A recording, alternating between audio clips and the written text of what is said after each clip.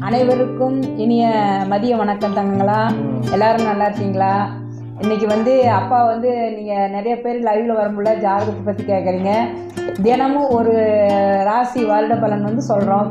முதல் முறையாக மேச ராசிகள்லேருந்து ஆரம்பிப்போம். மேச ராசிக்கு இந்த வருட பலன் எப்படி இருப்பது என்பதை நம்ம ஐயாவிட கேட்டு தெரிஞ்சுக்கொள்வோம். சரிங்களா? ஓம் நம சிவாய். ஐயா, இந்த வருடம் மேச ராசிக்கு பொதுவாக குரு பயிற்சி பலன், சனி பயிற்சி பலன், ராகு கேது பயிற்சி பலன் எல்லாம் சொல்கிறாங்க இல்லைங்களா? அது இந்த வருடம் மேச ராசிக்கு எப்படி இருக்குங்க ஐயா? இந்த வருஷம் மேச ராசிக்கு நல்லா இருக்கும். முதல்ல 2ஆம் இடத்துல இருந்தாருக்குன்னு போன வருஷம் இப்போ 3ஆம் இடத்துக்கு குரு வந்திருக்காரு. 3ஆம் இடத்துல குரு வந்திருக்கிறதுனால சில பிரச்சனைகள்லாம் குடும்பத்துக்குள்ளே கணவன் மனைவிக்குள்ளே பிரச்சனைகள்லாம் வரும். ஏன்னா குரு 3க்கு போனதால் தீதில் ஒரு 3 குரு திருவாதிரை மாண்டதும்பாங்க. அது மாதிரி ஒரு சண்டை சச்சரவுகள் இருந்துட்டு தான் இருக்கும். அது ஒன்றும் பிரச்சனை கிடையாது. ஆனால் 3 போனாலும் மேச ராசிக்கு 9ஆம் இடத்தை பார்க்குறாரு குரு.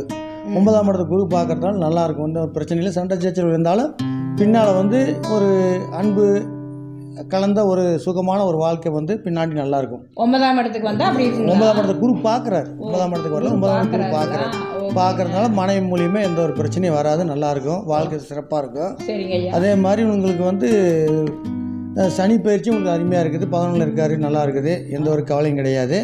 ஆனால் சனி பயிற்சி ஒவ்வொருத்தரும் ஒரு மாதிரி சொல்லிட்டு இருக்காங்க. இப்போ மேச ராசிக்கு சனி 12க்கு வந்தாச்சுங்கிறாங்க. சில பேர் இன்னும் 2005 இன்னும் முடியல, நீங்கள் 11 தான் இருக்காரு அப்படின்னு. சில பேர் 12க்கு வந்தாரு, 7.5 சனின்னு சொல்கிறாங்க.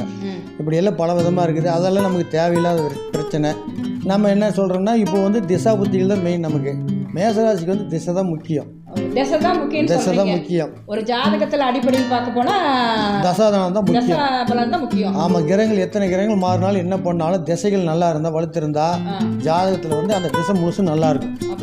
ஆமாம், அதுக்கு ராசி இப்போ வச்சு நம்ம ஒவ்வொரு வருஷத்துக்கு இப்போ பலன் பார்க்கணுங்கிற அவசியம் கிடையாது.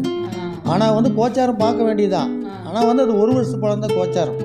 அதனால் ஒரு வருஷத்துக்கு மட்டும்தான் அது செல்லும், மணி மாறும். இப்போ அடுத்து 4க்கு வந்துருச்சு, 4க்கு வந்தால் சரி இருக்காதுப்பாங்க. ஆனால் 4க்கு ஒரு உச்சமத்துக்கு உட்காந்துருக்காரு. இந்த மாதிரி பல விதமாக இப்படிலாம் வரும். அதனால் இதெல்லாம் நமக்கு தேவைன்னா எடுத்துக்கலாம், தேவையில்லைன்னா அது பெருசாக எடுத்துக்கணுங்கிற அவசியம் கிடையாது.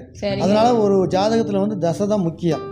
தசாநாதம் நல்லா வலுத்து உட்காந்துருந்து திசை நடத்தினா அந்த ஜாதகத்தில் ஒன்றுமே பணம்ங்கிற அவசியம் இல்லை. அது பாட்டுக்கு ஆட்டோமேட்டிக்காக யோகத்தை கொடுத்துட்டே வரும். மேசராசிக்கு எந்த ஒரு பிரச்சனையும் வராது. பொதுவாக மேசராசிக்கு எப்பவுமே நல்லாயிருக்கும். ஏற்ற இறக்கம் இருக்கத்தான் செய்யும். இருந்தாலும் கூட வாழ்க்கையில் கடைசியில் பார்த்தா டோட்டலாக பார்த்தா வெற்றி தான் அவங்க சந்திப்பாங்க. தோல்வியை சந்திக்க வர வாய்ப்புகள் கிடையாது. ஆனால் பெரும்பாலும் மேசராசிக்காரர் முருகனை தான் வழிபடணும். ஆமாம், முருகனை வழிபட்டு தான் வந்தாங்களா? மேசராசிக்கு தெய்வம் முருகன் தான் வழிபடணுமா? ஆமாம், உங்களுக்கு இஷ்ட தெய்வம் முருகன். சரிங்களா? குலதெய்வம் வேறையா இருக்கலாம், இஷ்ட தெய்வம் முருகன். முருகனை கும்பிட்டா உங்களுக்கு எப்பவுமே வெற்றி தான் தரும். வாழ்க்கையில வெற்றி தான். ஆறுமுகம் அதில் அனுதினம் ஏறுமுகம். இதாம்மா, வேற ஒன்றும் இல்லை, வேற தேவையில்லை. ஆனால் இருந்தாலும் கோச்சாரம் நல்லா தான் இருக்கும். மேசராசியோட குணாதிசயங்கள் என்னையா?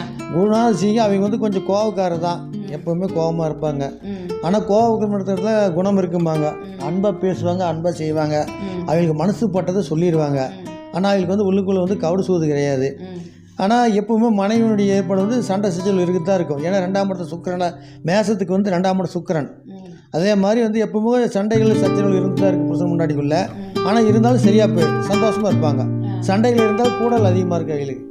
நல்லா இருக்கும், ஒன்று கவலைப்பட வேண்டிய அவசியம் கிடையாது. அப்படின்னா இந்த வருஷம் மேசராசிக்காருக்கு இப்போ இந்த ராகு பயிற்சி, குரு பயிற்சி, சனி பயிற்சி நல்லா இருக்குங்களா? நல்லா இருக்கும், ஒன்றும் பிரச்சனை இல்லை, நல்லாவே இருக்கும், ஒன்று கவலைப்பட வேணுங்கிறதுல. ராகு பயிற்சி வரல நல்லா இருக்கும், ஒன்றும் பிரச்சனை கிடையாது. நல்லா சனி ராகு ஒட்டுக்காக இருக்கும்பாங்க. இப்போ சின்ன பிரச்சனைகள் இருக்கத்தான் செய்யும். அது காய்ச்சல் வந்தால் ஊசி போடுற மாதிரி தான், அது ஒன்றும் தொந்தரவு கிடையாது. அது வந்துட்டு தான் இருக்கு, அது ஒன்றும் பிரச்சனை கிடையாது. ஓம் நம சிவாய். ஓம் நம சிவாய். அனைவருக்கும்